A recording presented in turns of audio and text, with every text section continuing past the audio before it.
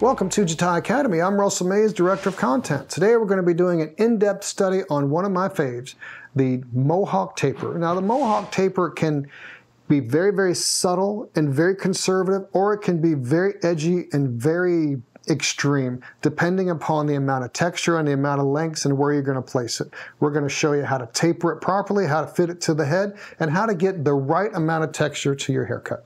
So let's get started. All right, so to get started, I want to cut my short part first. So I'm going to take from the center of the recession back to the quarter part, and I'm going to curve that around until I get down to the nape. Now I'm not going to go all the way to the tendon. I'm going to go a little bit further in to exaggerate the fact that my mohawk is going to be separated all the way from the sides into the back. So I'm going to start with my Jatai Tokyo Scissors. This is a 6-inch scissor. Then I like using a longer blade when I'm doing scissor over comb because I feel like it allows me to work with a much bigger section. And I want something that has a nice point to it so I can go through and feel like I can get a lot more detailing than if I had a really small, really rounded tip scissor. We're going to start here on the side.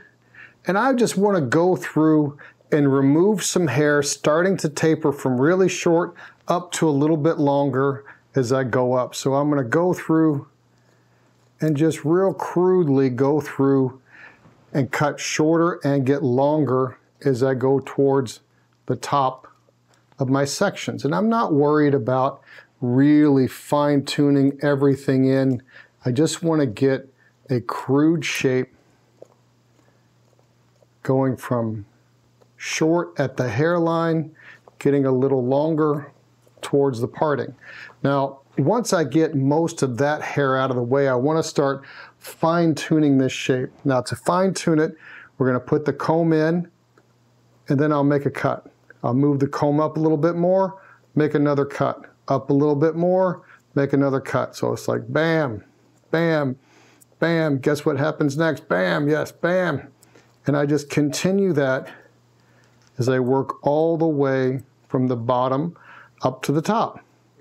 The more times that I hit this section, the closer that my scissor strokes are, the smoother that my scissor over comb is going to be. So just start low, low expectation as you go up to the top, and continue to fine tune that as I get to the top of the section. And this is just going to be to get rid of some hair and start my tapered shape in. I don't want it really long here at the top. I want to keep that closer to the head. All right, so now that I've got all of my scissor over comb done and got my basic taper in on both sides, I got it a little longer at the top, tapered in over the ears, basically graduated. I'm going to go through and take my clippers. The clippers, I'm going to use an attachment. I'm going to start with a 1, and I'm going to close everything down. So you can adjust open or closed. Open just means that the cutting blade is a little bit further away from the teeth, so it gives me a little softer cut, and it's going to be a little bit longer. Closed, it's going to be up closer to the cut, to the teeth, so it's going to cut a little bit cleaner and going to be a little bit shorter. So I'll just lay against the head, go up against the head. Once I get to where the head starts to curve, then I'll bring the clipper away from the head. So it's this sort of rocking motion to get it close over the ear, and then as I come up, I move the clipper away from the head. So that allows it to get longer. Here in the back, I'll start low, work around the ear. Since the ear doesn't really move, it's a little bit more difficult. Basically work that angle in a little bit tighter over the ears. Now, once I got this line here done, and I got everything kind of clean like I want, it's as close as I can get, then I'll open up the blade a little bit, and that gives me a little bit more softness, so it's easier for me to blend this a little bit higher.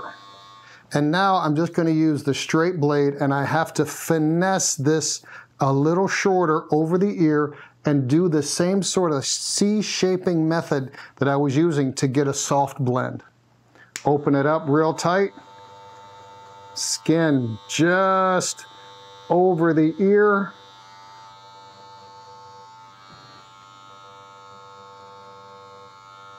angle this part of the blade away from the head. The bottom part of the blade is all the way touching the head. And once I get this area here real short, I'll start to open the blade and then softly blend that line out through there.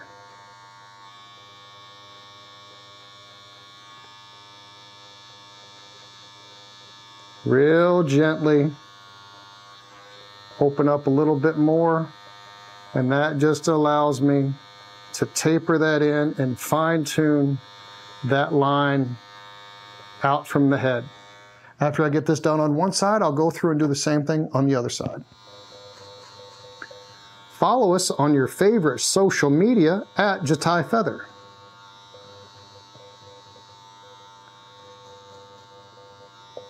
Back with my scissors, I'm going to go through, and whatever this parting was, I'm going to take a parallel section to that. I'm going to go through and pull this straight out horizontally, leaving it a little longer right here in the front, and then we're going to go through and point cut all of this length off. I don't want to go through and completely disconnect this. While this is kind of a tapered mohawk, I want this to be a little more on the conservative side. So we're not going to go through and disconnect and leave a lot of this hanging over. There's my parting line. We're going to go through, point cut everything off as we work this all the way down. It doesn't have to blend 100% with the previously cut hair, but I want it to be pretty close. As I get to the bottom, I may need a little more length right through there, which I think is a good thing. So we've got that cut off, and I think that that length is looking pretty good. So now we're going to continue to walk my guide and pull everything over to this side. There's my guide from underneath.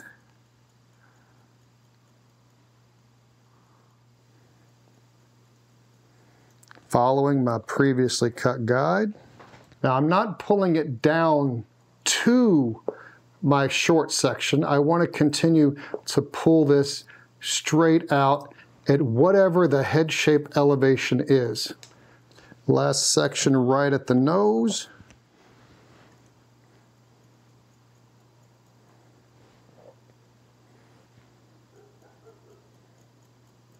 Now I'm continuing to point cut this, even though I'm going to go through and cut the top a little bit shorter to get my point taken out, but I want to make sure I have some texture to it. I don't want this being cut really, really bluntly, and then me having to go through and recut everything to have some texture into it. The more blunt the line is that I put into it, the harder it's going to be to start to develop some texture in it. Now that I've got my sides basically etched in, I will go through and fine tune that in a minute, but I want to go through and cut the length on the top.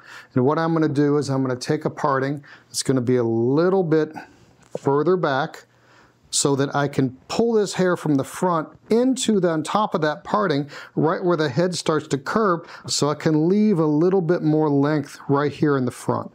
So there's my parting. I'll lay my finger. I'm going to pull everything back into that and then go through and point cut that to square it off and to cut the little point off that I went through and cut in it by pulling everything to the left side and to the right side.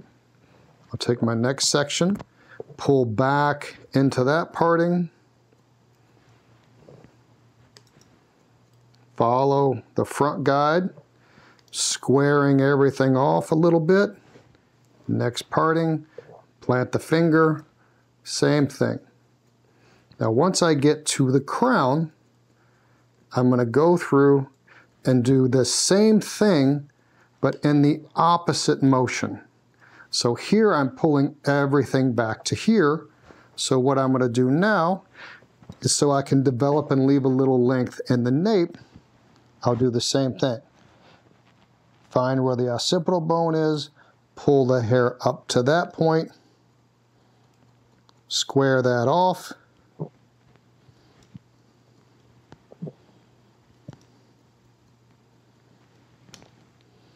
Take my next parting, pull everything up into that, square that off.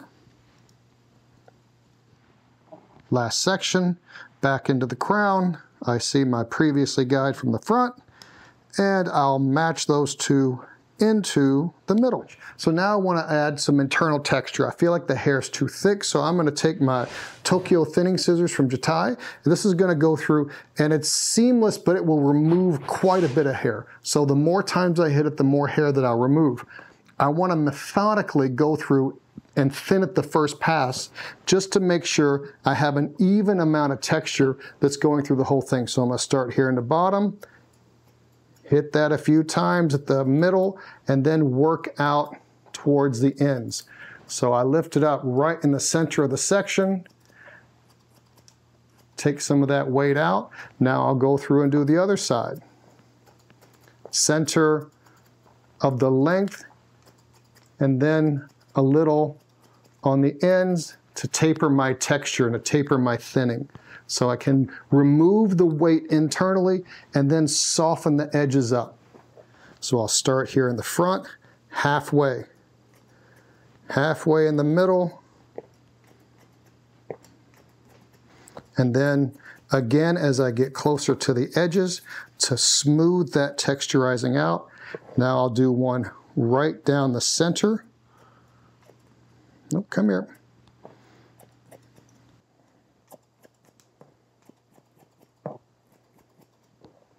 Now I want to go through and take a little bit of this edge off right through there.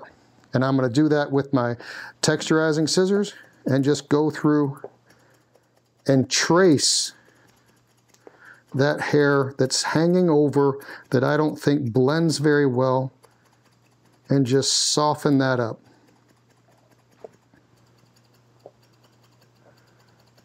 Give us a thumbs up, click subscribe, and the notification bell to be notified of future Jatai Academy content.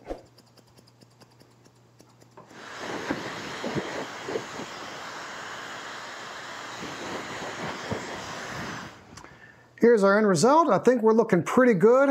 I think this looks, you know, cool enough without being too over the top. I think it gives it a little bit of modernity without it being so extreme and in your face. We still got this real ultra clean edge over the ear, which, you know, once you've had your hair short, it's hard to let it grow out. So this keeps it feeling clean, but also you start to have a little bit more length in the back. You got a little bit more through here in the back of the head. You got some texture to it. I think that this looks really, really good. It's really modern. And, you know, I'm glad that my clients have been asking for this type of haircut and demanding it and forcing me to practice at it. Check out the Jatai Academy. There's all kinds of fantastic information on there that will make you a better hairstylist and barber. Let us know what you'd like to see in the future. And thank you so much for watching. We'll see you next time.